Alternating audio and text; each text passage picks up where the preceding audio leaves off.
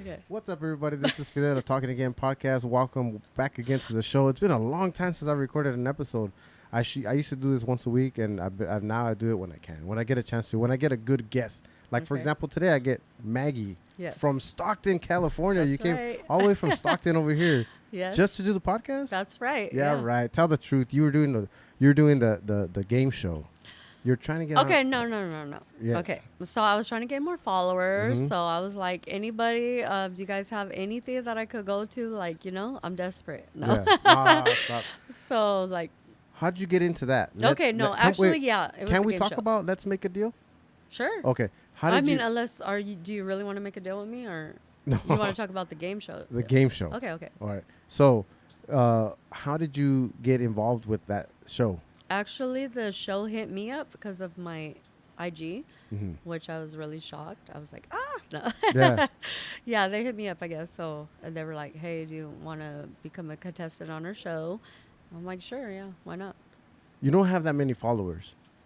You have over just a little over 1,000 followers, and I say this because they reached out to you. That means I think someone's out there looking out for you.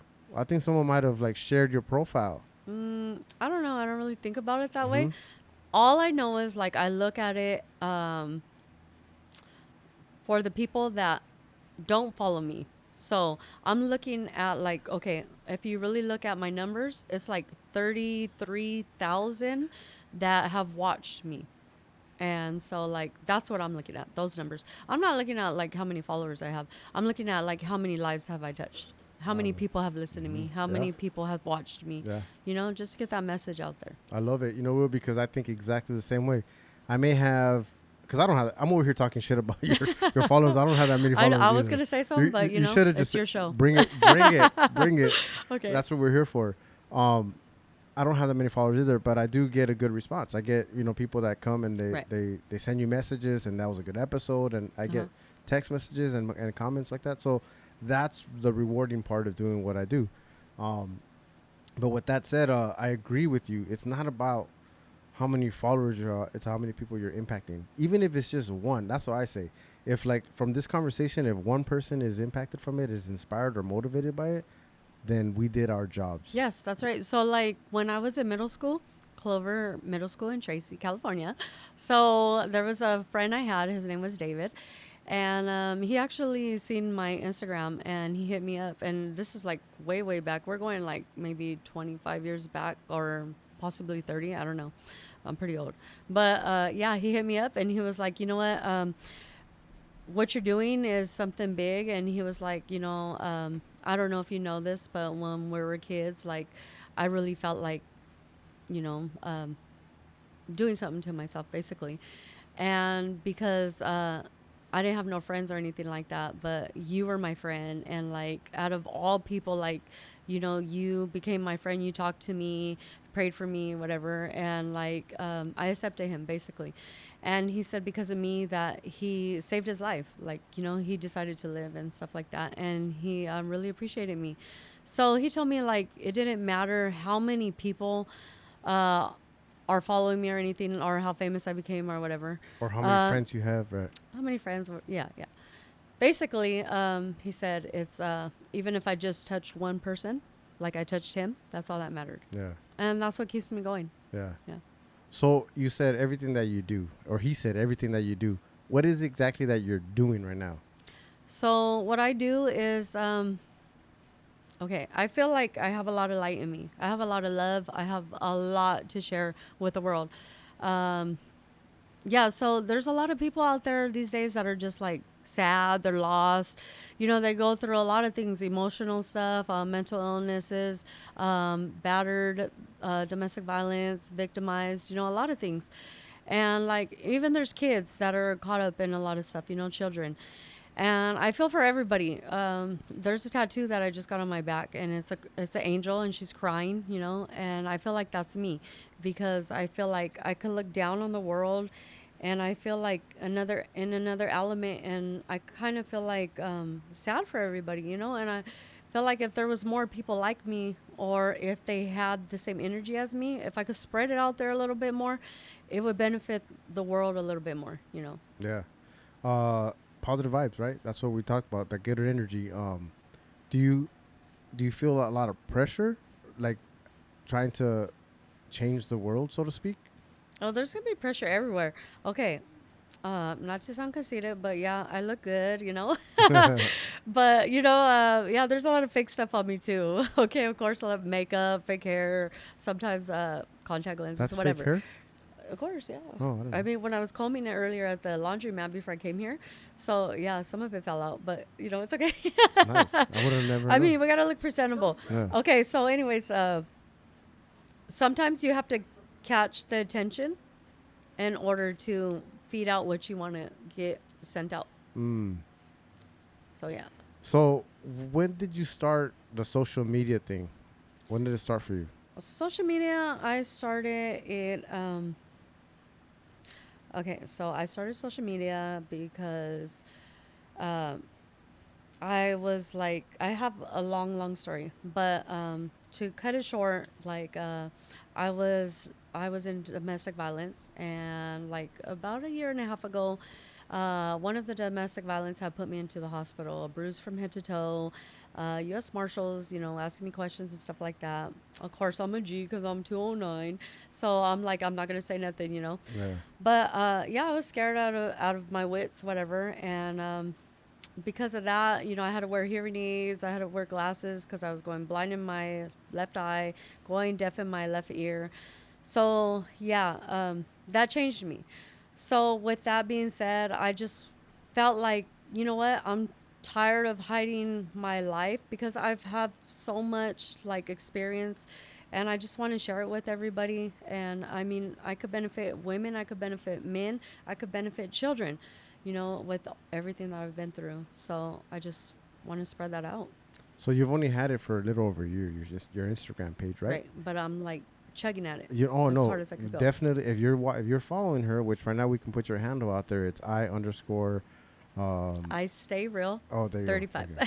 Okay. But it's underscore. You gotta make sure you put underscore, right? Yes. I underscore stay real 35. Not a squirrel, underscore. No, Yeah. under what is it? Scroll.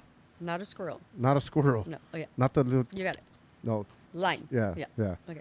So, but we'll tag it. Okay, People okay. will know how to find you. All right. But yes, you are. You're aggressive. You're aggressive on social media. You're always putting stuff out there, lives. Right. You're putting videos out there. You're always posting stuff, which is great because that's how you build up your Instagram.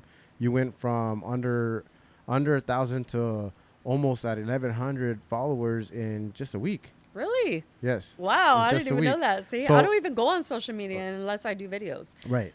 Wait, I gotta clear the scene. Mhm. Okay, if somebody is like DMs me, like Yeah. my followers, Mhm. I definitely DM them back because there's a lot of people out there that say I'm a social media influencer, you know, I'm a motivator, but like when people are DMing them, they don't DM them back. Yeah. And they're not like helping them. Right. Like if I'm talking about mental illness and somebody's DMing me about mental illness, you know, that might be a life that you could save. Oh, yeah. So I'm going to jump into that DM, you Yeah. know? I mean, not every DM is going to be good. Of course, you know, there's going to be You get the other issues, right. but you know, You of course, you just said how you understand that the sex appeal helps get your audience in, so you're gonna get those negative. You're gonna get the dick pics, right? I mean, sometimes if you look at my videos, there is no sex appeal. Yeah. You know, I'm like, I'll shoot like no makeup. I'll shoot like it doesn't matter. If under influence, I don't know. Yeah. Under spiritual modes, whatever. Yeah. You know, so No, you're, I there's- knew that, whatever. it's real. Your Instagram is as real as it gets, right? Like you said, unfiltered Right. is a Well, good. no, gotta correct you. I do use a lot of filters. Well, no, I mean, as in the way is like you're not always dolled up, right? There you go. Unfiltered, right? It's organic. Yeah. Somewhat, I guess. right? I'm not understanding that, but okay. No, yeah. But what it is that you have a goal, right? You have a goal, and you're trying to reach as many people as you can. And that's what I said. Like in just a week, you're almost at 100 extra followers in just 1 week.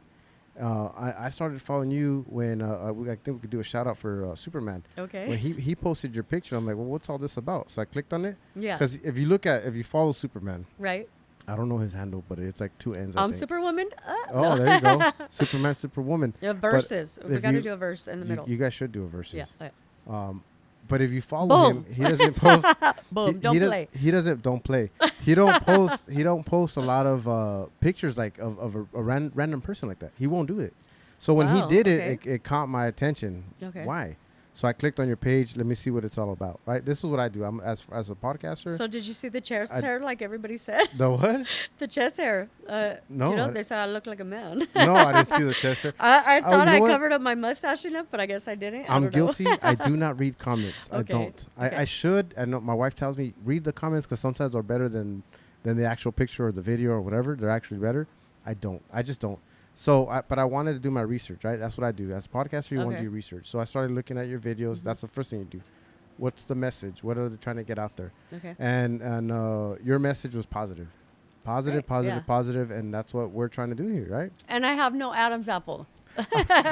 So, what's the narrative here? Are people talking about... Let's just get that out of the way. Okay. She's not a man. I am not a man. But if you were... I am Superwoman. But if you were, in this day and age, it's okay. For some people, yeah, I'm open-minded. I'm fine with all of that. Of course. Yeah. I mean, we didn't introduce you with your pronouns or anything like that, but... I mean, do I have a deep voice? No. Hello. You have a... I mean, I might... I told you have a great radio voice. Okay. Like I think you have a future in radio, podcasting. Sabigo, ¿Degante?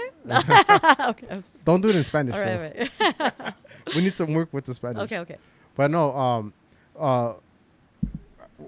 this is all fun and games. We're having a good time. But there is a more impactful story to you.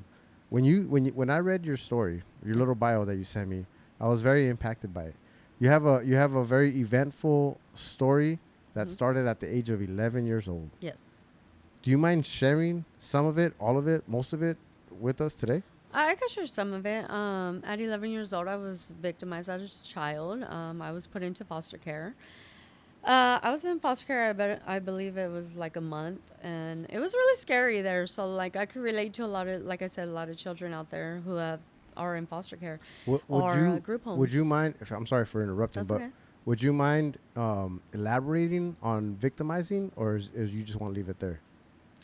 Victimizing as in rape victim. You're raped, okay. Mm-hmm. At 11 years old. At 11 years old. Is this why you went into the foster system, yes. the foster care at that age? So you were taken away from your home? Yes, away from my mother, my brothers, my sister, my whole family. Yeah.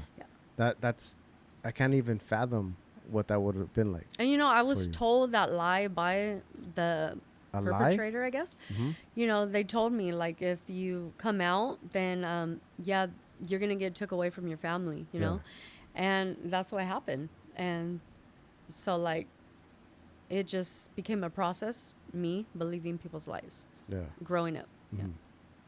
But it wasn't a lie. You did get taken away, right? Right. So it wasn't the scary a lie. part. That's the fucked up part. Yeah.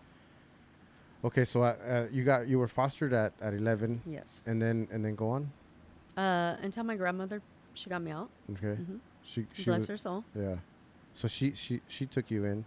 She took me in. Uh-huh. And so she raised me to be religious. I couldn't watch any news. I had to always watch, Ten Commandments, whatever. All religious stuff, religious channels. If I wasn't watching religious stuff, then I had to watch Kirby. Do you know what I'm talking about? Kirby, the little buggy car? No. Oh, yeah. The bug. Black and white. Yeah. We're talking about black and white. Yeah. Okay. At first, I thought you said Kirby. I thought it was a vacuum. Remember there's a vacuum called Kirby? Yes, there is. Okay. We might have had one of those too at the house. Like an infomercial, right? Yeah, right. yeah. So your grandma took you in. You guys were very religious at home. Yes. That's where you were very grounded with your religion, right? Right. And she raised me. She always told me to just be like Jesus. Okay. So, bless her soul. I have to put a shout out there to Mercedes Lopez. Yeah. Grandma still living? No, she passed, She passed. 2 years ago. Oh wow. Yeah. Sorry to hear that. But yeah, I was mad at her. I was like, Why were you mad at your grandma? after her passing, I was kind of mad. I Because she went, left you? no, it wasn't that. It was just, why did you teach me to grow up to be like Jesus? When all he did, this what I was thinking, all he did was allow people to take advantage of him, step all over him. And he had to be kind to them anyways, you know? So that was me. Like, I had that stuck in my head growing up. So, like, when my mother took me back in, I was still had my grandmother's ways. And whatever I was going through, which there was other struggles and stuff, and I still had that in my head, like, be like Jesus, be like Jesus. So girls try to fight me. You know, punch me right here. They'll punch me. I'll turn my other head, you know. I mean, not my other head. I only have one. Okay. Cheek, yeah. So I turn my head and I'm like, okay, punch me on this side because that's what Jesus would do, you know. Yeah. And I got angry at her and I felt bad for that. Yeah, I wish I could tell her sorry because, like, I understand now what she was saying, which was like, be genuine, be good-hearted, and like spread the word, spread goodness and brightness and the light, you know? Yeah. You know, you said right now that Jesus had to forgive, right? Had to turn away. But did he have to, or did he just I did say he had to forgive. Oh, okay. But you said that he had to let himself get hit and get taken advantage of. No, that he took advantage of. That's how I seen it. Like, but he didn't have to. I think that's what he chose, right? That's his lifestyle. No, he did have to. I believe because that's what he was here for. So. Wow. So he had to save everybody, right? Yeah. You said you had some struggles that you were going through during that time. What were some of those struggles that you were going through during that time? Okay, so my mother came back for me at the age of, I want to say 14 years old. Yeah. So when I was 14, I went into high school. My mother put me in high school. I started going to high school. And at that age, you know, I kind of was like, okay, so this is like a trigger sign right now. Suicidal. I felt like I was fat, which I wasn't. I was skinny. But I like my parents. I was just looking at myself all the time like I was ugly and this and that, you know. And so until I was in high school, this boy came along. If I could say his name. Jaime Reynoso, okay. Shout out, from shout out to California. Jaime Reynoso, right? California. Is he still around? No, he's passed. Oh, okay. So, yeah, he was like the son of my life. He opened up me inside and out. Love at first sight, puppy love. Wow. High school sweethearts, however you want to call it. We were together about a month. And, he got murdered. Oh, wow. And he got took from me. So, right there, my life just... I wanted to die with him, basically. This is at the age of 14? I'm sorry. This was at the age of 14. Yeah. And it was hard for me because I didn't know he was, like, celibate until I seen him, you know, he was all in white when his passing was. And I felt really, really bad. Like, yeah. Wow. I mean, that's very impactful for something like that to happen at such a young age. And I still struggle with that today. And I'm 42 years old.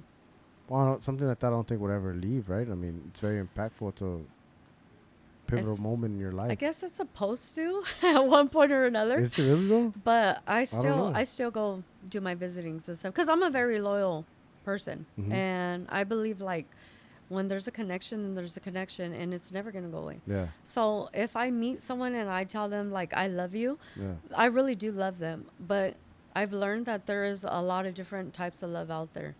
You know, you can love and care for someone in that way. You can love and connect with them in a certain way. You can love, but in a best friend way with a person. You can love, but in a road dog way with a person. Of course, there's a lot of love. Right, yeah. So after his passing, how did you move forward? Or what did you do to move forward? So I kind of leaned on, his best friend kind of leaned on me.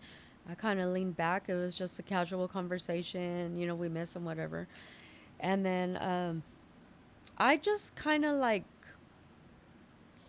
gave up on myself. He used to call me a model. So he was like, you know, you're a model and you should be on magazines and everything. Yeah. And, you know, the day that I was supposed to meet him, which was, he passed that night, but the next day I was supposed to meet him at the high school. He wanted me to wear a dress for him because he said I was a model. So I wore the dress, but he never showed. So after we found out what happened and stuff like that, I just downgraded myself. So I looked at myself not beautiful. I didn't want anyone to love me. I wanted just men to take advantage of me or what have you. So I got into some trouble, and I met this guy or that guy or the other, and I was like, I have an older sister. I was looking at her like, so what's going on? Like, I was kind of lost. I was a follower at a young age. Yeah. So I'm like, what are you up to? Like, what am I supposed to do? I have no grounding. I'm not with grandma no more. And it's kind of like with mom. I get to have fun. We get to party. Yeah, good times with mom. And yeah. So I kind of let loose. And one guy after another, and I ended up getting pregnant because I told my sister, I want a baby because she had a baby. Well, how do I have a baby? Well, you have to be with a guy. I didn't know. Like Barbie to Barbie, you're just like that. But Yeah. anyways, yeah. So. And this is not knowing the responsibilities of having a baby. You just Right. just having that baby in the back seat, like you're. Not even really. I just was like, what do I do? Yeah. I just wanted support. I don't know, like guidance. There you go, guidance. Yeah. I never really had that. Yeah. Okay. So your first kid at 15 years old. My first child was at 15. I almost lost her life, and I almost lost my life. It was a cesarean.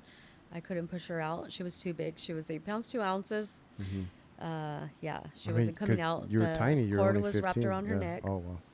And when I was pushing, I was losing oxygen. She was losing oxygen, so it was emergency C-section.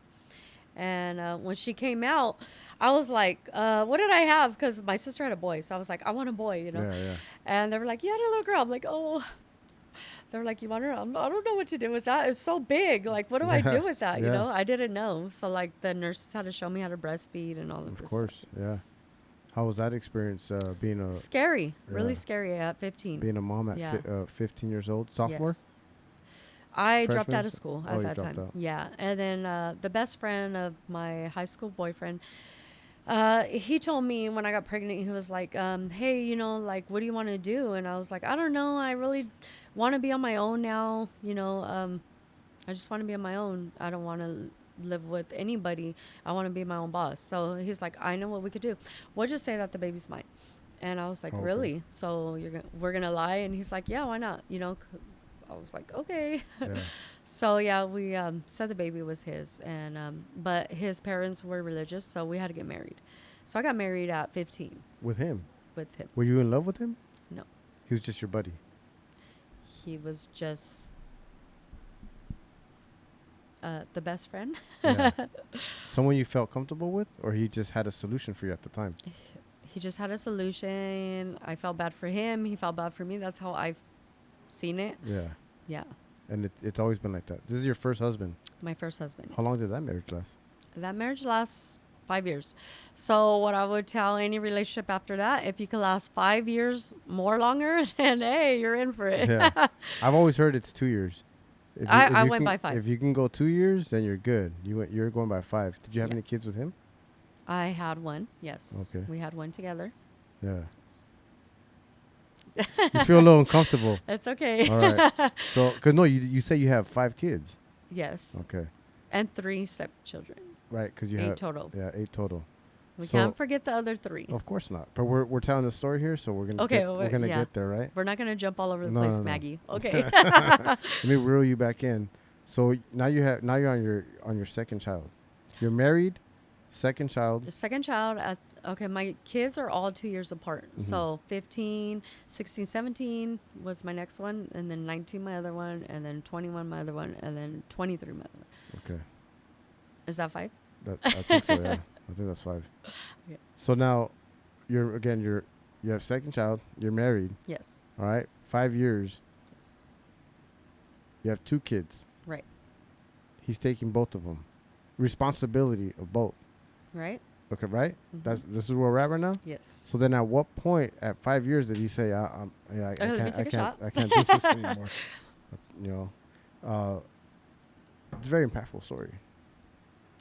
What's going on in your life at this time? Are you Is everything just kind of settling in? Are you just dealing with this on your own? So I'm kind of like taking the road as it goes. Like I said, I have no guidance. Okay. Grandma was very upset at me when I left. Um, and I didn't really understand that because I always cried for my mom when I lived with my grandmother. And she knew this. And she always would tell me, no, I'm your mom. Stop crying for your mom. Yeah. But I always wanted my mom, you know. Your mom and grandma had a good relationship? They did, but I kind of felt like they kind of fought over me, you know. Okay. Mainly my grandmother. She wanted me really bad. Yeah. You know. I don't know what that issue was, but yeah, my mother and my aunts and uncles, I'm basically like one of their sisters to them. So like, even when grandma passed, like, I was called like, you know, as one of her child. Of course. Yeah. Mm-hmm. But so, yeah, I was just like, I didn't know what to do. So I was just going as it came. Yeah. And I would be codependent, leaning on this person like, okay, what is the rules here, you know? Yeah. He's 16, I'm 15. We don't know what the hell we're doing. Right. His parents are like, hey, you got to work in the fields, you know, and then you got to learn to make tortillas and wake up in the morning and make his lunch and this and that, and then attend to the children. And I'm like, okay. So at this point, you're not going to school. You're a housewife. You're housewife. Mom, right. Housewife, that's it. Yes. Okay. And then he kind of got into sniffing, paint, you know, other types of drugs and stuff like that. And he basically abuse, you know, there was abuse. So there was mental abuse, there was physical abuse. When I was pregnant, was thrown into refrigerators, screamed at. And then when we had the second child, she was probably 4 months old or so, and yeah, she got yelled at really bad by him, and that was just it. Because when I had my daughters, I looked at them, and this is one thing, I guess this is a motherly thing, but whatever happened to me, I was like, I promised them with my whole heart and soul, I would never let anything happen to them. Yeah. You know, I would always protect them and never let anything happen to them. That was what I told my daughters when they were babies, when they were newborns, in my hand. And so that's what I did. Yeah. The motherly instinct took over. At that point, is that when you said, hey, this is enough? At that point, I can't do this like, anymore? You know what? I have to get out. I got to get away. Yeah. Yeah. So, yeah, I ran for my life. Where'd you run to when you ran? So at that point of time, I believe I ran back to grandma. Yeah, I ran back to grandma. That's a safe place, huh? Yes, Grandma's? She always was. Yes. Yeah. Yes. So you ran back to grandma. So I went back to grandma, and then of course, like, you know, grandma's kind of strict and stuff like that. All grandmas are. And then I went back to mom. Okay, so I went back to mom. I met another guy. And yeah, this time he was really, really cute. Yeah. I was like, so wow, this gangster guy, and everything. You're attracted to this guy? Oh, yes, definitely. And my mom was like, no, you know. Yeah. But when I really like someone, I do this thing, I trip, like, on accident. I'm like, and then I fall, whatever. Yeah, so this guy made me trip and fall. You and yes. Nice. So, yeah. That's the go-to move, huh? Oh, my God, yeah. He was so fine, and I was like, gotta have him. So nobody had it. Like, no. Yeah. But, yeah, I had to have it. Okay, so now... You start this relationship with this guy right here? So here I go. So I was on, you know, what is this, second, third relationship? Yeah, your third. Okay, yeah. So yeah, third relationship. And a recovering addict. So then therefore, therefore I was introduced to drugs. Yeah. Okay. At this point, you weren't doing any drugs with number two? No. Okay. No. So now... Because that was like a big no-no. Yeah. You know, I was raised religious, so no.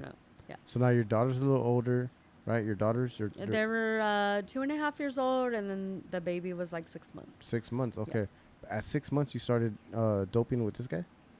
Yes. I'm sorry to put it so frank like that, but... right? I don't know what you call doping. I mean, you start doing drugs, right? Yeah. Okay. Like I said, I'm very loyal, so you know, I follow my man. So whatever I'm codependent, which is, you know, that's That's a lot. Yeah. I mean, that's what I was taught. Like, when you're with a man, then you follow his lead. You know, he's in charge, and then you have to come after him. Yeah. So, however the man was, and I followed him. Yeah. Basically. So you guys are doing your thing, having a good time together, right? Right. And then you have a kid with him? So I have a kid with him. Yeah. Yeah. So, actually, I was on birth control, and he was just like, he really wanted a kid, and I really loved him, So I was like, hey, let's have a baby. Yeah. Yeah. He's like, well, I tried before, but they couldn't carry him, And I'm like, well, I know me, I could Yeah. carry him. So, yeah. How old are you at this time? I don't even know at that time. 16, 17? I believe 18. 18. Okay. So you're 18, and then that's when you get introduced to drugs. So Are you doing this now? I guess you could say religiously with him, like. Religious is out the window, basically at that time, because it was all about him now. Okay. He was like, he opened my eyes, I guess. Yeah. Of course, my eyes, right? Yeah. No. Well, other things, no. So, yeah. I just felt like I had a second chance. Like, I could do this. So Yeah. I could live a life. Grandma didn't, she's like, no, he's a freeloader and whatever. My mom was like, I don't like him because he's gangster. But I was like, the more people didn't like somebody with me, the more I wanted to be with that person. Of course, yeah. Because I was kind of, at A that little- point, a little pushing rebellious? people away from me. Okay. I was like, you guys are fighting for me, grandma, mom, so I don't want none of you guys. So I don't want to be on my own now, Yeah. So this guy, he's like, it don't matter if we're like poor or rich or whatever, but I'm like, I'm going to be by your side and everything. Yeah. And of course I had like emotional distress still going on from my childhood years, And he kind of understood me. That's how I felt. He understood me in that way. Yeah, so we... And you're pretty open with that, with all your relationships, like Yes. with your past. You would tell them, they would, you guys would talk about that. Yeah, So they're actually my husbands. I've been married 3 times. So Right. yeah. so you married the cholo? Married 4 times, Yeah. but divorced 3. Okay. So married twice to 1. Okay. We're talking right now about Second. third, the cholo. We're talking about, third relationship, second marriage. Yeah, second There we marriage. Okay. So you guys are living your life normal. But Is he's he young too, Okay. And I'm not going to talk all bad about him because, I did love him. Mm-hmm. And of course, like I said, whoever I love, I'm going to always love. Yeah. And he's the father of my children, so I always have to have respect for them, no matter what. And yeah, we were young and dumb, basically. Yeah. So it wasn't all him, so it was me too. Like, after you catch that addiction, you're on it on your own. Mm-hmm. Like, they could go into programs and then you don't want to go into programs, or they're court mandated and you don't know what's going on, but you got children, and then we're losing our place, and they gotta get locked up or they gotta go into a program, and then I'm left with the kids, which is like 4 kids later, Yeah. 4 children, and With him yeah. so far, right? So he was like basically the main father of my daughters, and then we had 2 sons together, and yeah, he was the main man. Yeah. Mm-hmm. And you, like you said, right now, you're both going in and out of programs, doing Right. that like, so you're living the lifestyle of addicts, but functionally, right? Are you guys both working? We were not functional. We tried to be really hard. We Mhm. really tried. Yeah. I mean, I hope I'm talking about him the same how he feels about me, but I know I tried. Like, whatever he wanted me to try to do, I tried to do, Yeah. but we just couldn't do it, you Yeah. know? It was hard. And I was on aid, basically AFDC, welfare, food Yeah. stamps. Mm-hmm. And, like he said, I didn't need any of my family because I had him. Yeah. And then his family kind of like, they kind of didn't like the fact that we were together either. And then, but basically they didn't like the fact that we were kind of like best friends and we got into trouble together. Yeah. So like me and him, basically it was a good time all the time. And we're in our own little world, I guess you could say. Yeah. And then, yeah, so a lot of people are like scolding us, trying to tell us like behave and this and that. And we don't want to listen, Yeah. you know? Were you happy? Yeah, I was happy. You're happy at that time. Yeah. That's why you're. Hey, I'm doing my thing. I'm having a good time. Why would you guys want to interfere in that? So I got like Section 8 type thingy, and because of the programs, which there's a lot of good programs out there. I'm not knocking anything. Yeah. Like if you're addict, you get into programs, and man, like you could come up off of those programs. Yeah. If you're low income, there's a lot of programs out there you could come off of those programs, and that's what me and him try to do. We got our own little place and everything, and we were doing pretty good, raising the kids and stuff like that. We were trying to stop, the usage and stuff like that. Mm-hmm. But I mean, no, we're just at each other, started boxing it out. Oh yeah. So it got aggressive. Yeah. Yeah. At what point? So how long were you with him? 5 years. Remember the 5-year mark. 5 years. Oh, sorry. 5 Yeah. years. So you're with him for 5 years, and then eventually it just got aggressive. It kind of got out of control. A little abusive. We had, from both sides, families coming into our home, us having open doors to everybody. We're both very loving people. He opened the doors for his family, opened the doors for my family, and we struggled. I mean, ate chopper almonds. Broke the egg, put it in it, mix the egg. Yeah. Oh, yeah. Whatever we had to do. Yeah. Yeah. But times got hard, and sometimes he bounced, and then I was there on my own, and I don't know what to do. And there's people coming in and out of our house, our apartment, whatever. But who's coming in and out of your apartment? Friends? Just like street people. Random? Okay. Street friends? Yeah. Yeah, you could say. Mm. That's a pretty rough life. Yeah. I mean, you have kids now, right? So you have Right. kids in there, and then you have random, like you can call them strangers. So the kids suffer. Yeah. The kids suffer definitely, especially the oldest ones. So, I got to give props to my oldest blood daughter. Yeah. She went through a lot. Yeah. And she now tells me stories like, Mom, I used to stay up all night to make you go to sleep. Wow. She Yeah. would put me to sleep at night because I wouldn't sleep. Yeah. And when I would fall asleep, she would be like giving bottles to the babies, or, she would be watching my purse and stuff. And in the morning when I wake up, Mom, this person took this money from you and this and that. And I'm like, what were you doing up? Like, Mom, you needed to rest, Yeah. Yeah. Yeah. Wow. So at one point, Dad took off. He got a new family, and apartment was getting boarded up. Mom didn't know what to do. So I had to give children away, my children away.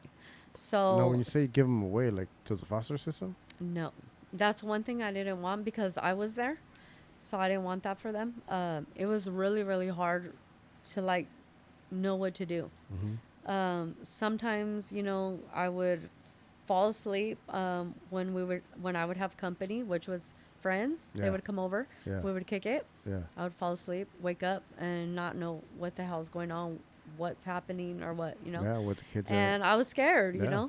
So I had to put an end to all of that stuff. So basically, I was like, you know what is a good mother? Yeah. So that's when I had to start teaching myself stuff, What kind of stuff were you teaching yourself?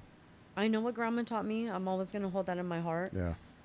But at that time, like, I had to, like, push that to the side because, like, I couldn't be nice anymore, I couldn't open my doors.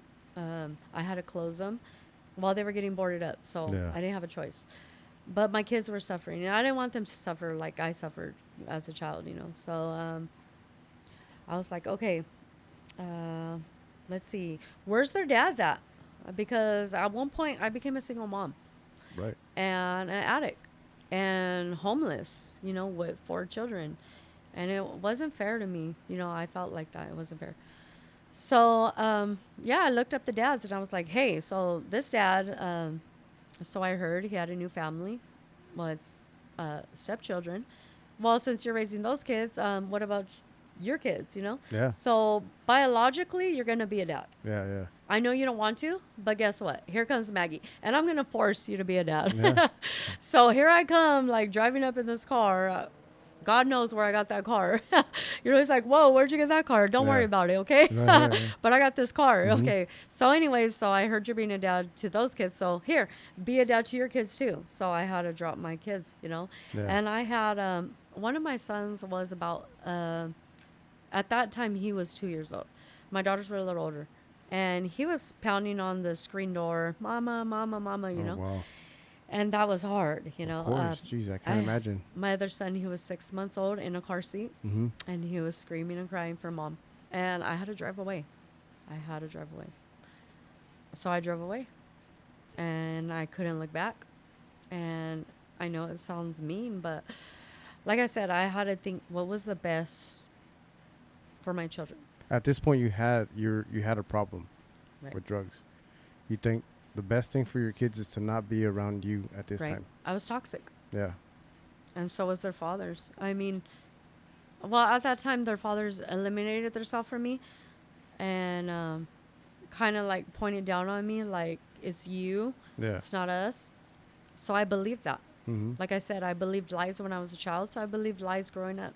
So I believed them. And, you know, anybody that you love, I believe that they're not going to lie to you. You leave your kids behind. So that can't be easy for anybody. Whoever has a father, I send them to their father. Back to their kids. Yes. Yeah. As long as it's safe, I'm sending them, you know, where I know they have a roof over their head, where I know that if their father is irresponsible, I know that they're living with their mothers. Because I always go with mama's boys for some reason. I don't know. But anyways, the moms are going to take care of my kids. Yeah, I know that. Of course. Grandma's so I leave them with, you know, I feel comfortable. Here, what do you call them in Spanish? Mother-in-law?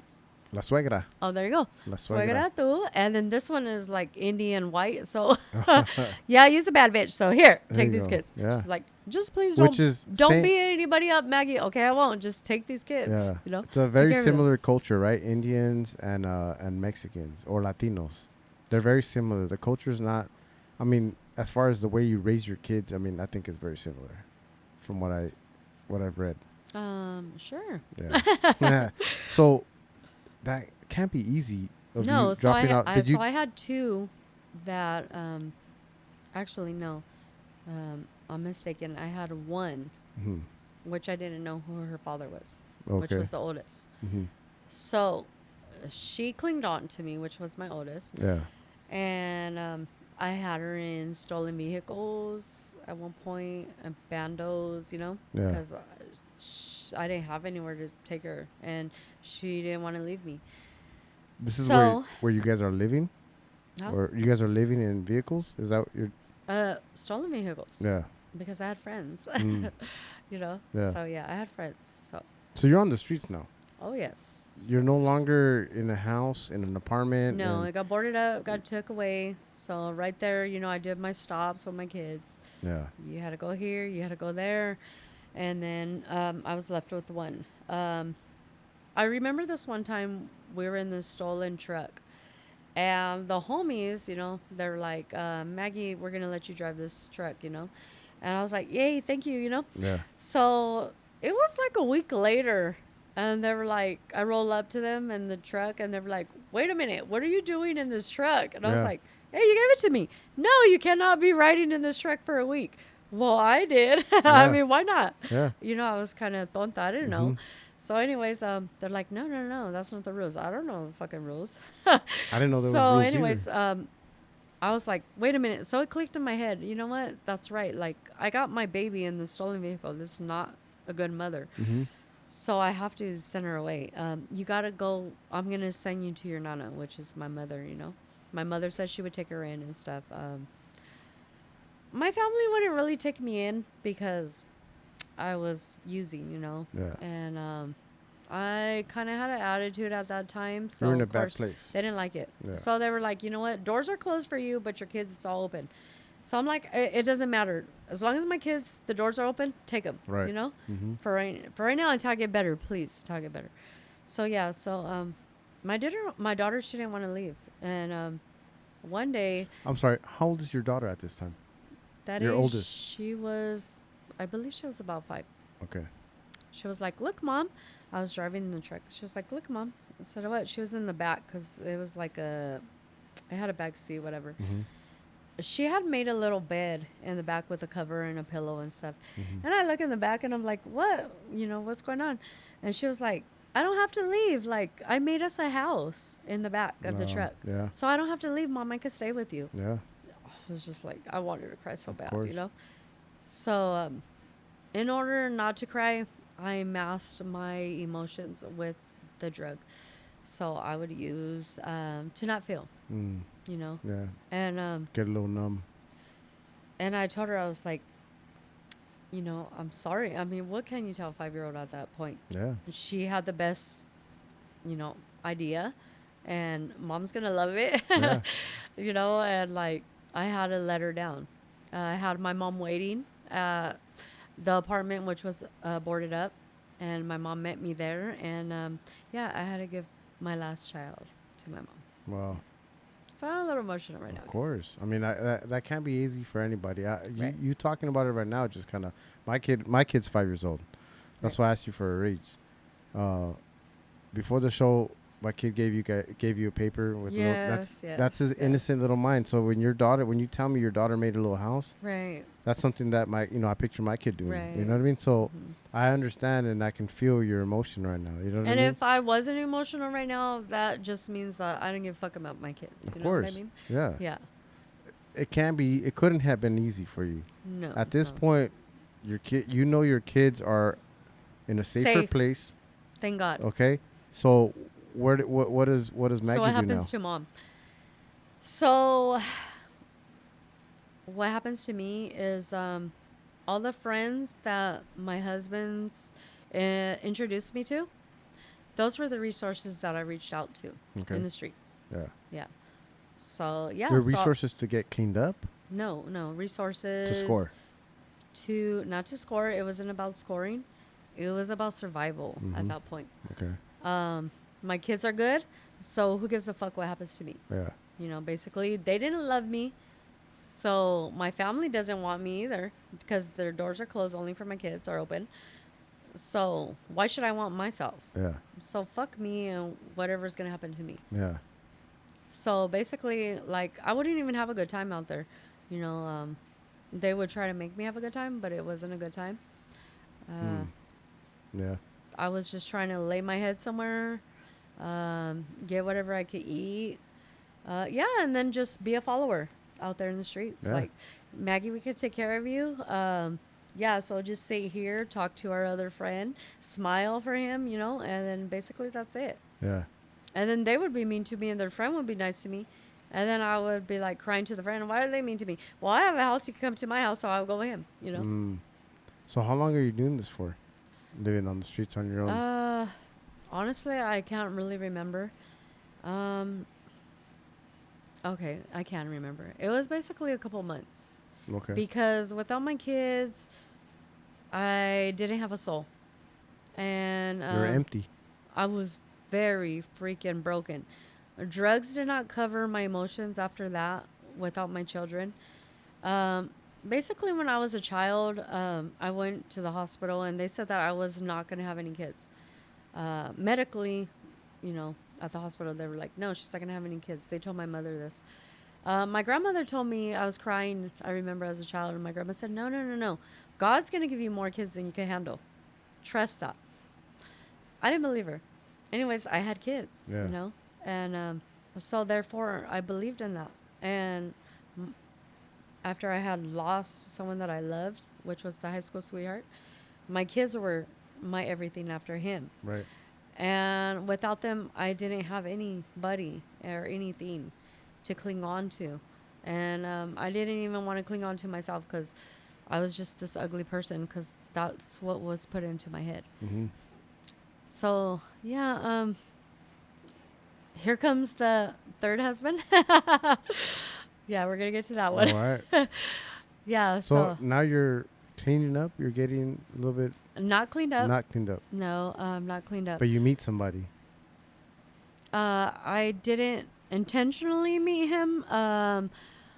Okay, we're going to kind of backtrack. When Okay. my apartment was getting boarded up, Yeah. I would see him through the blinds because my second husband would bounce out, you know, and go on to his future wife. Mm-hmm. And I would be left with the kids, and I would just be bored, like, okay, maybe on one, I don't know, looking out the blinds or whatever. So Yeah. I seen this guy, and you know, he looked pretty cool to me. And then he had some kids, and he had a homeboy that was living upstairs in the apartment complex. And I would see his kids running up and down, you know, the stairs, and they looked happy. Yeah. And I was like, wow, they look really happy. And then he looks like a really good dad, you know, like I wish my kids had a dad like that, you know. And I didn't see no lady, but I was like, wow, I kind of wish like maybe I was the lady. I don't know. But I was like, I can't think this way, you know. Yeah. So yeah, I kind of went out there, put myself out there a little bit. He didn't like me, so I would be like, hi, and I knew his friend, and his friend was like, oh yeah, I want to introduce you to this guy. And he would roll the window up on me, and I would be like, hey, you know. Yeah. And he would just roll the window up on me and stuff like that. He gave me a hard time. And at that time, he was like, Crown Vic car, whatever, you know. Yeah. Crown Vics are nice. I like Crown Vics. I call it a cop car. It is a So cop I'm like, car, yeah, you was in a cop car, dude, before, okay? Anyways, yeah. Take me away. Yeah, so So he took you away. not right away. Okay. So one day it was like Valentine's Day. Love is in the air. No, love wasn't in the It's air. Valentine's Day. Love is definitely in the air. I wanted love, Uh-huh. but my love wasn't there. Mm. So I was like, you know what? This guy is all the time by himself. I'm all the time by myself. I knew nothing about him. Yeah. So I told him, I was like, hey, you know, so-so, I don't want to say his name. So, hey, so-so, you know, can I give you a kiss? Yeah. He's like, what? This girl wants to give me a kiss? I don't even know you, you know? No, you can't give me a kiss. Please, like, please, I'm begging you. Yeah. No, like, you're weird. No, okay. No, I don't mean it like kiss like that. Like a Hershey's kiss. Oh, okay. Sure, I'll take the kiss. Yeah. Well, wait, he didn't know I had my number on there, you know? So he throws it, like, in his back seat. Yeah. So about, like, I guess almost a month later, he finally finds out that there was a number on the kiss. Yeah. So he calls me up. So I'm like, wow, you're finally calling me up, you know? I told him nothing about my life. Mm-hmm. He didn't know anything. He did know that I was with someone, but he didn't see that person in and out. So we were just friends, and he put the line down that we were just friends. Yeah. But me, I was kind of like joking at him. I was like, so how many kids do you have? He said 3. His wife had passed. Oh, wow. So his children had lost a mother. At that time, he had an 8-year-old. He had a 6-year-old. And the baby was at that time, I believe he was about 3 years old. Mm.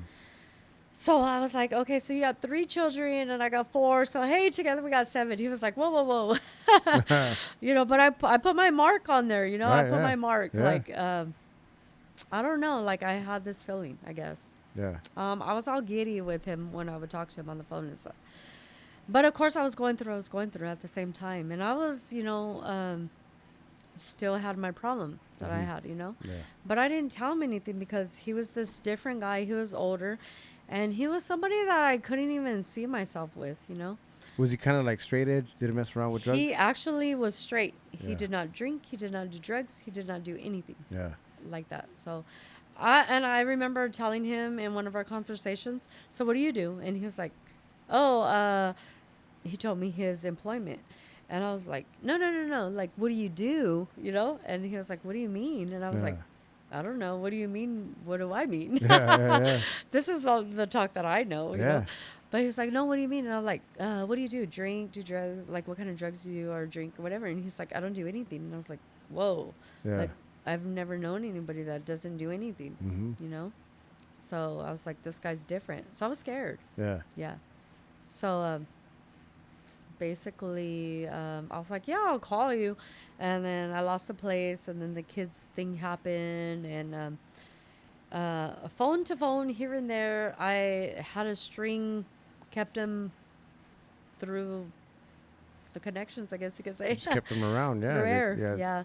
And I definitely was like, I really like this guy. One day he was like, hey, can I pick you up? I want to take you on a date. A date? What is that? I don't know what a date is. He's like, no, you know. All this started when you were 14, 15 years old. So you've been just kind of rushed into everything. You've never had a date at this point, right? Like I've never been on a date. Like no one's ever asked you out or like, No. can I never. pick you up at 8 No. for a date? Actually, he didn't even ask me on a date. Okay, I'm sorry. I pushed my way. It sounded good. Uh, But still, so you went on a first date, right? we met up. We could say. Yeah. Yeah, we met up. And he gave me a chance. Yeah, I'll pick you up. Okay, I'll give you one chance. Yeah. All right, cool. But it's raining, and I'm not down with the rain. Well, I love the rain. It's like romantic weather. Of course. So he picks me up and he's like, let me take you somewhere. I'm like, okay, where are we going? I got to use the restroom, so we're going to my house. Okay, your house? I thought you lived with your mom. Not anymore. I'm like, okay. Well, I live a couple houses from her. He takes me to this house, and it's brand new, this house. Whose house is this? This is mine. No, you're lying. No, I'm serious. This is my house. To me, I'm like, wow, this is a mansion. But it is just a regular house. But it's like, his house got demolitioned and then rebuilt, Okay. So brand new. Brand new so house. basically, it was brand new. Yeah. I still could remember smelling the new carpet in the house wow. when I walked in. Yeah. And he's like, come in. I was scared. Like, no, whose house is this? Seriously, Yeah. And I didn't believe it. And I was like, wow, like this is definitely like the guy of my dreams, Yeah. But I was like, me looking at myself in the mirror, nah, no, never, never. This can never happen. And I was like, so how do I act? So I became a Barbie at that point. Elaborate. A Barbie. What do you mean? Okay, Barbie. So if you watch the movie Barbie, Ken is her everything, right? So she has to mount up to the Ken. So I got to dress right. I got to act right. I got to talk right, and then I got to get noticed by him, So that's how I was with him. Wow. Okay. Yeah. So I put in my all. Yeah. But, and it worked, I guess. Yeah. But I mean, well, not really. Cause I guess, at that point I had kind of really short hairdo, like a boy, half clothed cause I was in the street, no shoes, sometimes dirty toes, Yeah. and an attic. And, he still Was I interested. guess you could say, yeah, there you go. I was Yeah. going to say loved me anyways, but at that He was point, I interested. don't know if it was love. Yeah. Yeah. Yeah. So, I would brush up on him because I thought sex was love. Mm-hmm. And he was like, no, that's not love, Yeah. So I was starting to learn off this guy. Like, this guy's teaching me something, He took me to the beach, took me out. I've never been to the beach. I've only seen like 4 corners of a room, basically, or a kitchen, living room, whatever. Bathroom, mostly. Yeah. Yeah, stuck in a bathroom. That's where I was at. But yeah, with this guy, it was not like that. He was like, you need clothes. So I'm going to take you to the beach. We're going to go to the store. What are we getting at the store? Why are we at, what is it? Macy's? No, not Macy's. Shoot. Robinson's May. No, they closed J.C. down. Penney. It was not Kmart either. Target. Mervyn's? No. Mervyn's. Oh, Marshall's. No. Ross. Shoot, I forgot. I'm going to start naming all kinds of retail Irrelevant. sites. At this point, it It is doesn't matter. South Pole. Let's Okay. just say South Pole. Yeah. Okay, so we're South Pole in it. You guys go get some new gear. So he takes me, and I'm like, where are we at? He's like, this is the mall. I don't know what the mall is. What is the mall? Yeah. It's like, yeah, you go crazy here, I'm like, what do you mean? He's like, pick whatever you want, What do you mean pick whatever I want? Like, get clothes, whatever you need. I don't know. What do I need? Because I used to wear my husband's clothing, So like sweatpants, whatever clothing they wore, I wore, And if I couldn't fit in their clothes, then I would lose more weight to fit in them, Oh, So, I was like, I've never done this before, so I don't know what to pick. So, so definitely he chose my clothes for me. Oh, yeah? Yeah. He chose my clothes for me. So he picked some clothes, and I was kind of like gangstered out a little bit at that point, ran through the streets a little bit. So I had that rough edge on me. Mm-hmm. Yeah. So kind of wanted a little Pendleton, a little Fila shoes, you know what I'm saying? Yeah. Little Dickie pants. Yeah. But it's like, no, you're a girl. You're supposed to wear dresses and stuff. But dresses? What the fuck? Yeah. So shorts, right. like short shorts. No, I don't know about that. Yeah. Okay. Yeah. So, yeah. So this guy courted you. He courted you. I have no idea what that is. Courted so you is gotta like elaborate. Okay, courted is like when he just took you out on a date. He was a total gentleman with you. I mean, to me now, like registering my brain when you're saying courted, I'm like, pimped. No. It could have went that way, but it wasn't that way. Yeah. Or you could say sugar daddy. Yeah. Totally different. No, but yeah. Like I said, I was rolling with the punches. So Yeah. like, this guy really likes me. Okay. Yeah. So I would, he needed some help with his kids too. Babysitters, somebody to walk the children to school and stuff. Hey, I'm down for a job like that. You know, no, it's not a job. Like you're a good friend of mine.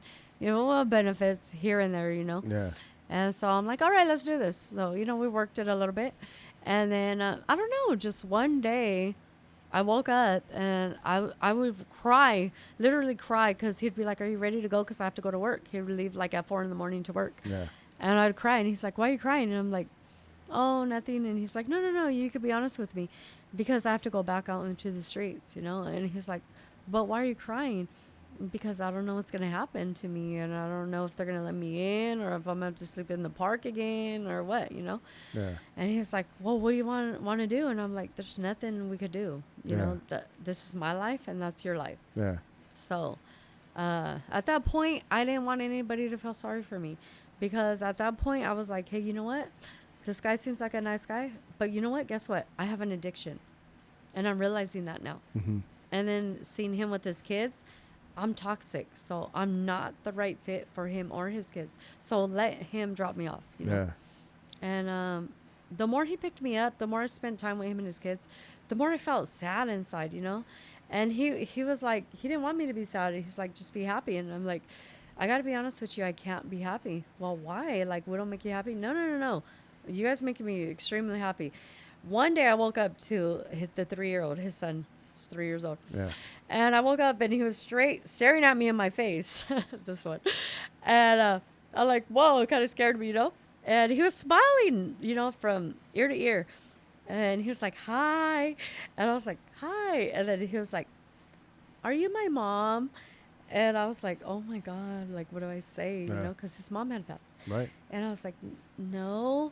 And he was like, will you be my mom? And I was like, oh my God, I want to cry.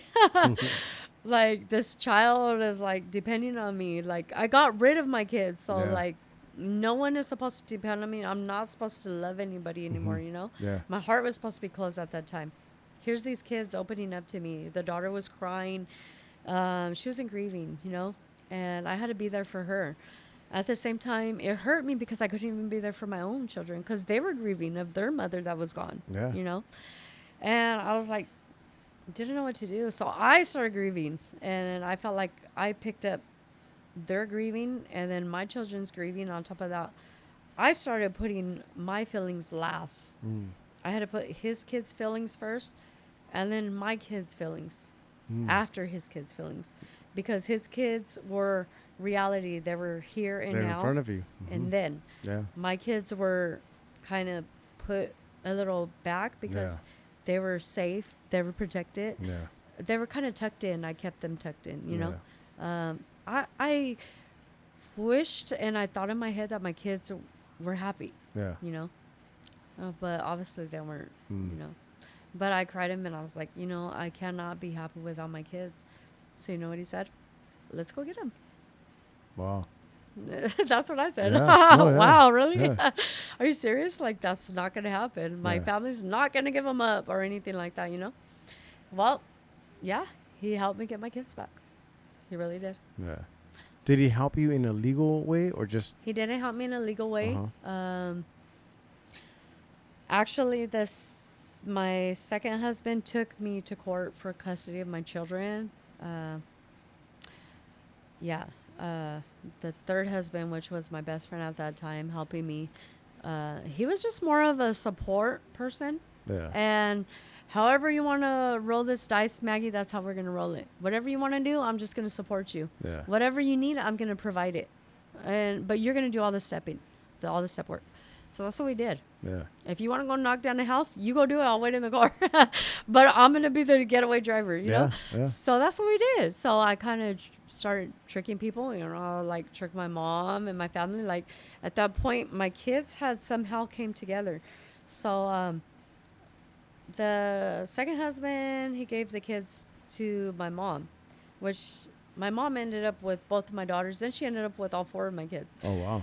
So that was a plus, you know? Yeah. And it really hurt me because I had to lie, but I had to think about me. If that's what he was telling me. No, think about you. Don't think about anybody else, who you're hurting or your family, what they're going to think about you. And I was like, you know, sad, crying. Like, I never had my family in my life when I was a child. I always wanted them in my life. And now they're definitely not going to be there, you know, when I get my kids back. Yeah. They're going to hate me. Mm-hmm. He was like, don't worry about that because you have a new life with me and my kids and your kids. We're all going to be a family. Let's do it. So at this point, how is your relationship with your mom? She has 4 of your kids.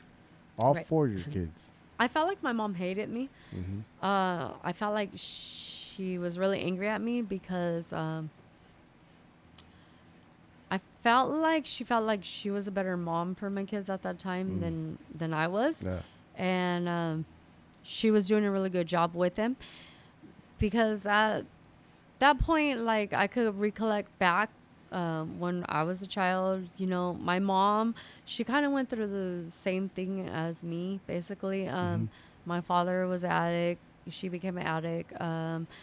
She struggled with us. She was a single mother of her own. She had no guidance at that point because she followed her man. Not going to talk really bad about, you know, biological wise, but they tried. My parents tried. Yeah. But they just couldn't get it either, you know.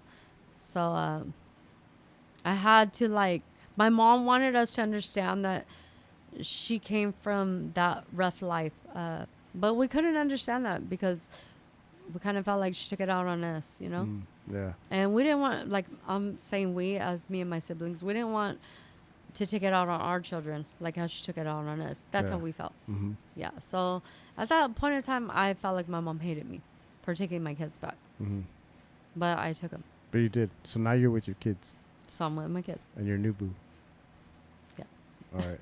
So you guys are all in one happy house. So we're in one happy house. 8 children. All 8 of you? Wait. Sorry, 7. 7. 7 children. That means that you had a... We have one together. You have one together. Yes. Okay.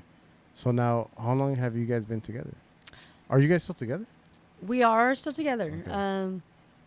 I would say independent relationship is, what did they say? Complicated? Complicated? Complicated, very complicated. Yes, there was abuse in the relationship with us.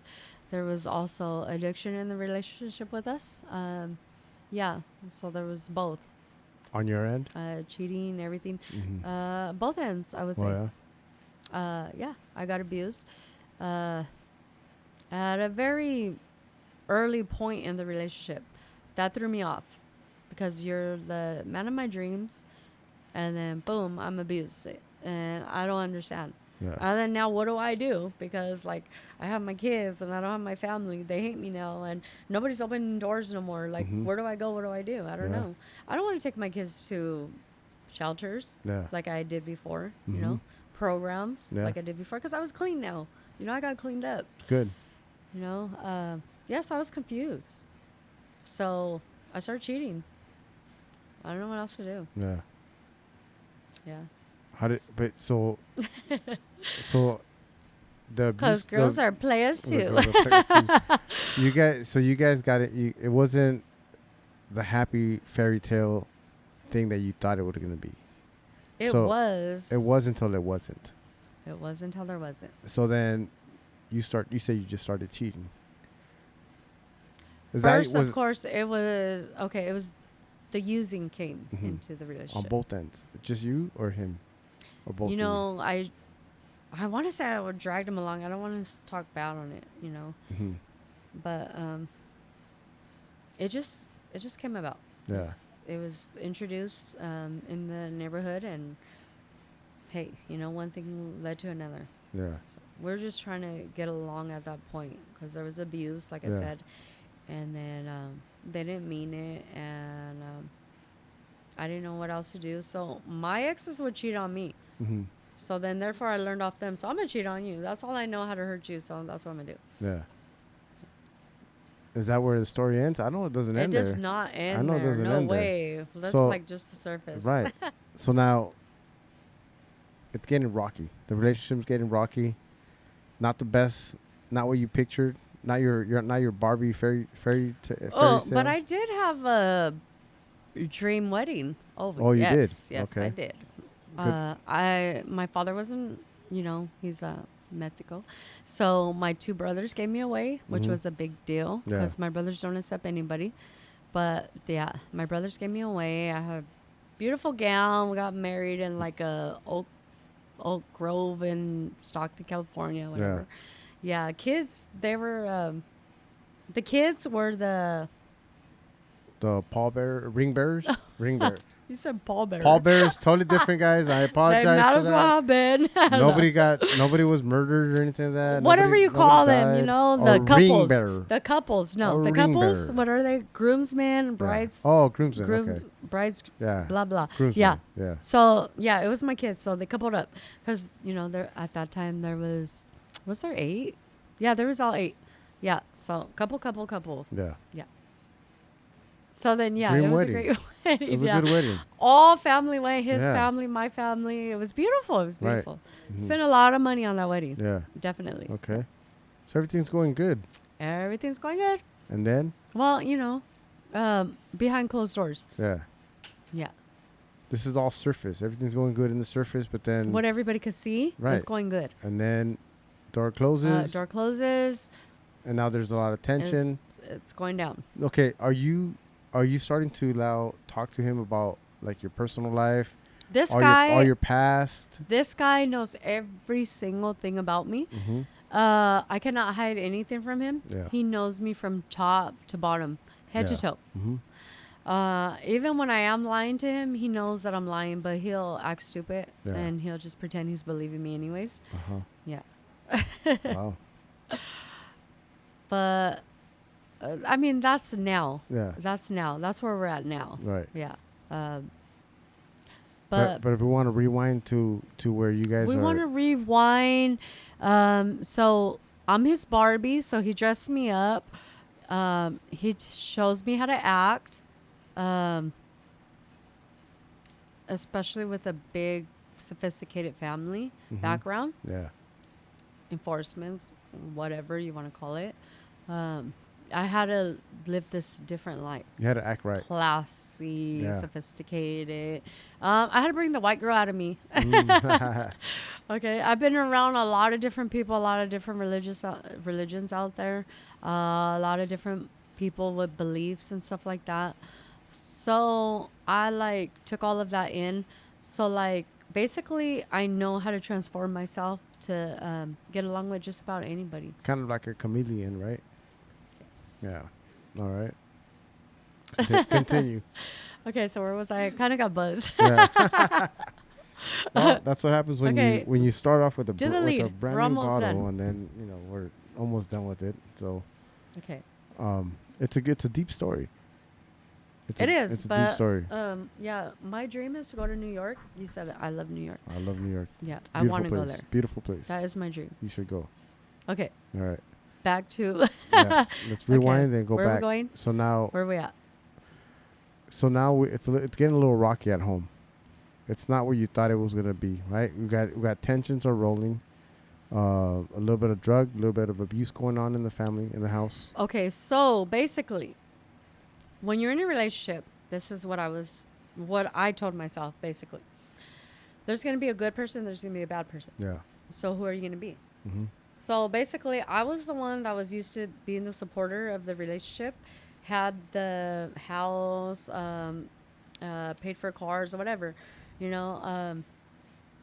and I took care of the guy. I took care of. I had everything basically. Right. You were so with controlling this guy, everything. Yeah. I didn't have no control, like you said. Mm-hmm. He had everything. He was providing everything. So he was in charge. Yeah. Whatever he said goes. It's still like that till today. Mhm. Yeah.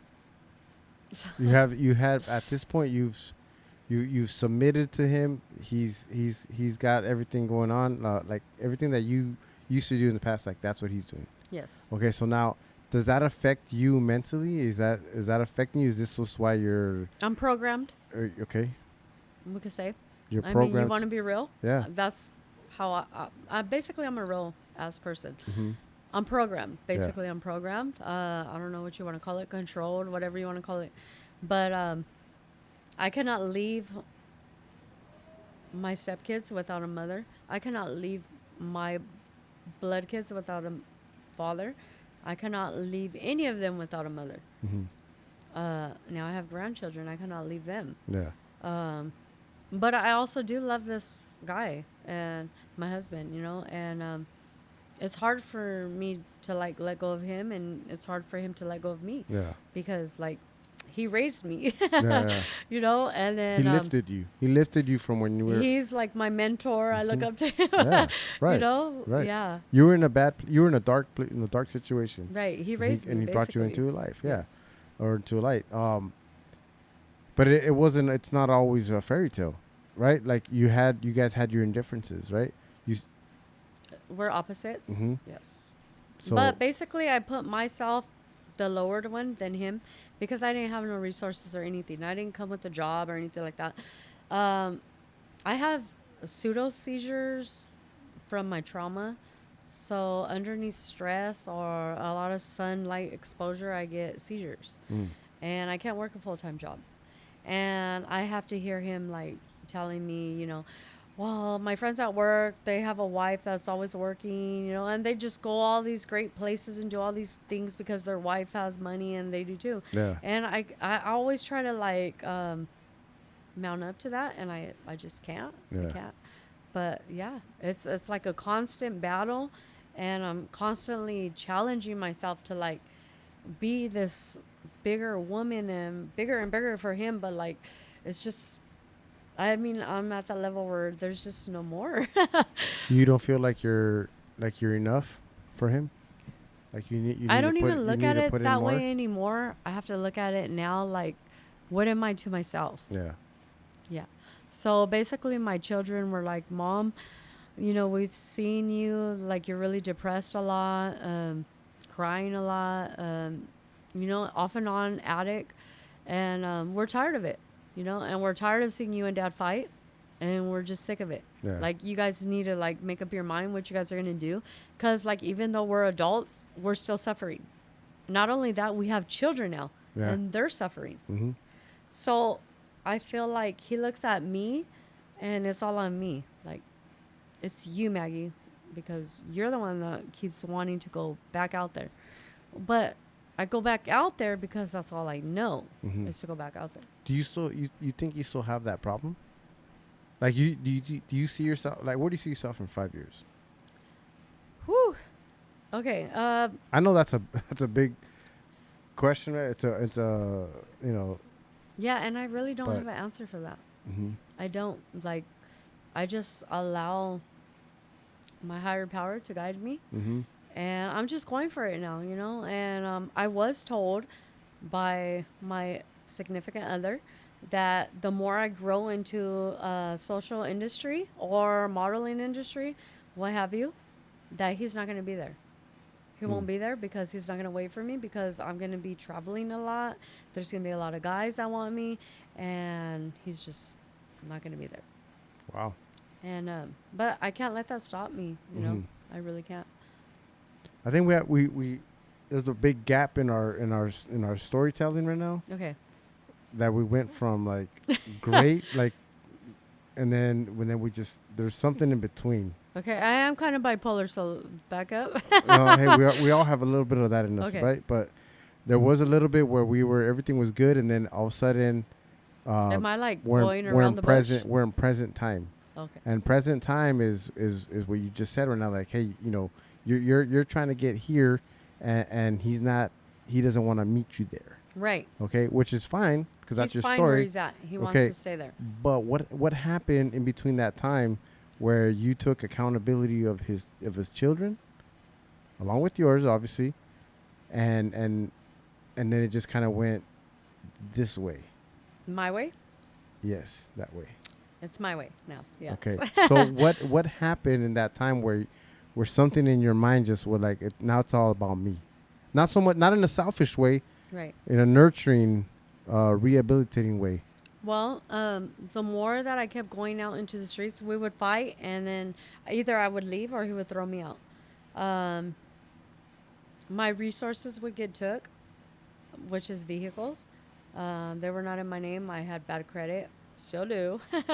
I have a rap sheet, a little rap sheet background, And so I would leave with nothing. And he would know this. And basically, I would still come back because I couldn't be without my family. But the more I would go out there, I would meet different kind of people. And all these people would tell me that I never fit in out there in the streets. And I would cry, like, why? Like, I want to fit in with you guys. Like, what's wrong with me? Yeah. You're just not here, Maggie. Like, they call it passing by. So you're here to pass by. Yeah. What does that mean? It's just you're passing by. You're not here to be stuck here because you have to be stuck here. Like, you could go home whenever you want. No, I can't. Yes, you can. Like, you just don't realize that you can. Yeah. You don't realize that the power that you really have, Maggie, is very powerful. And you could do whatever you want to do. You're a beautiful person inside and out. You just don't realize it, you know?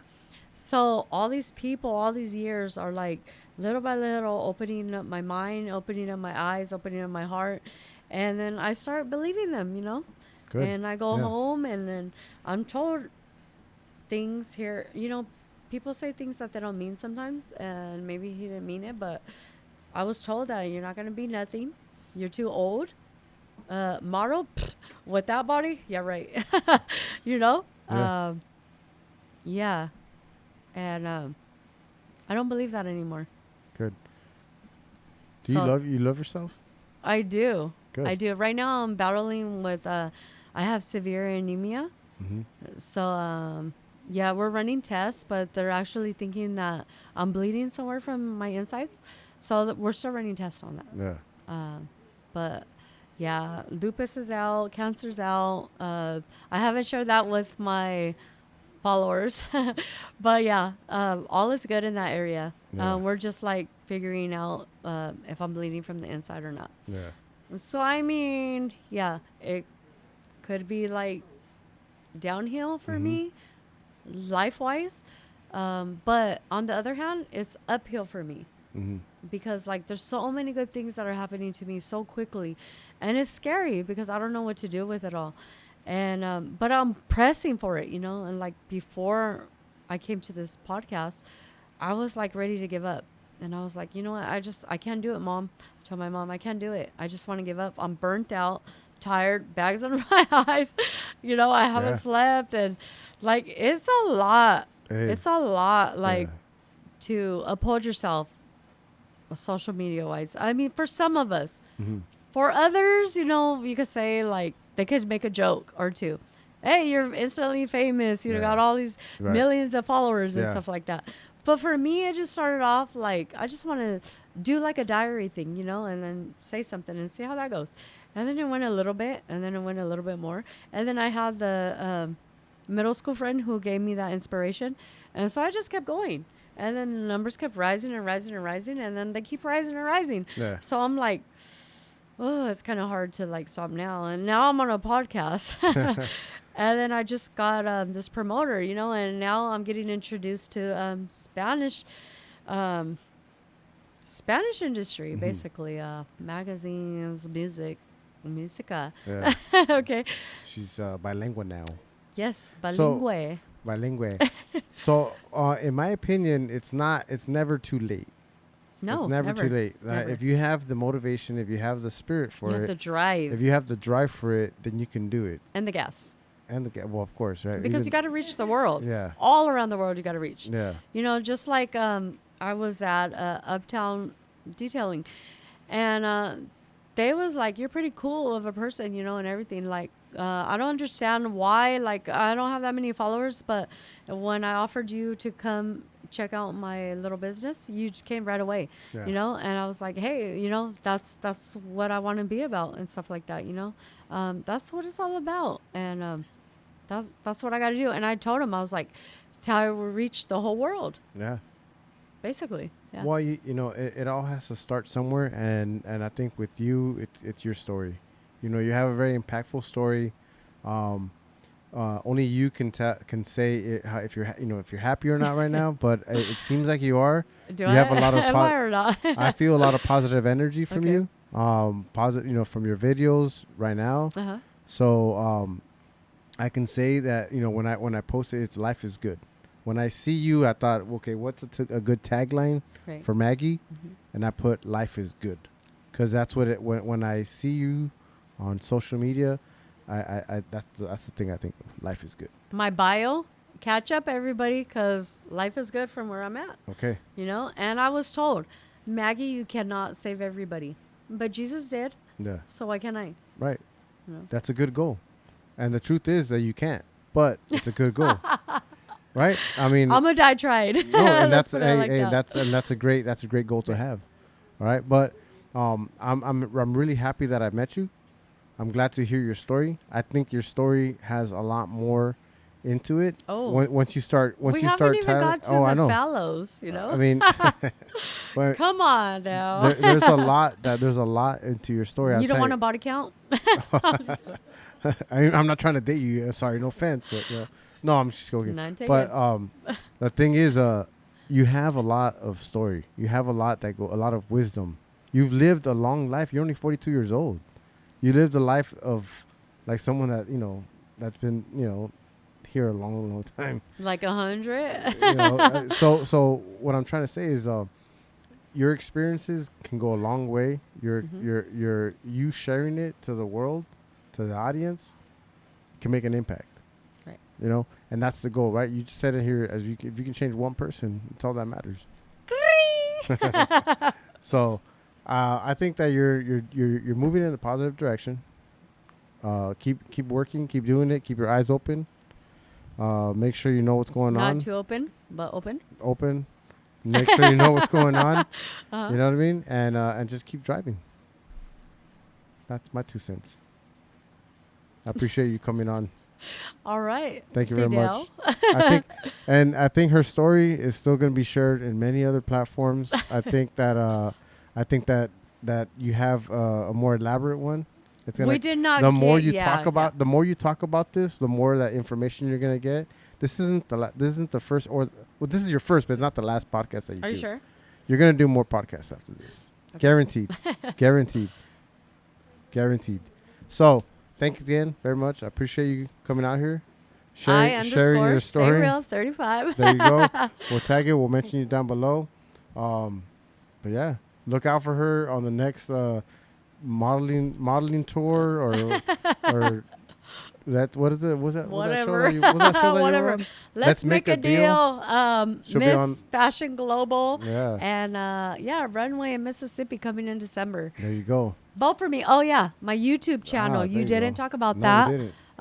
Yes, I got a YouTube channel. It's Mommy Shop, one word, and it's with children entertainment with reborn dolls. And I want to reach out to all of the children out there in the world, because there's a lot of people on social media, all adults, and they're all going for their own fame and followers. But what about the children? Right.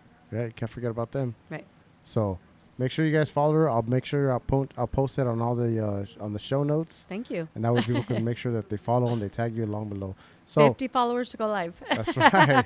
So thanks again. I appreciate your time. Stockton, California. Oh my God. Maggie. So 29. Yeah. Any shout outs before we leave? Oh yeah, definitely. Amazon Oak 9. There you go. All right, man. Well, thank you very much, everybody. I appreciate you guys. Until the next one, we will see you later.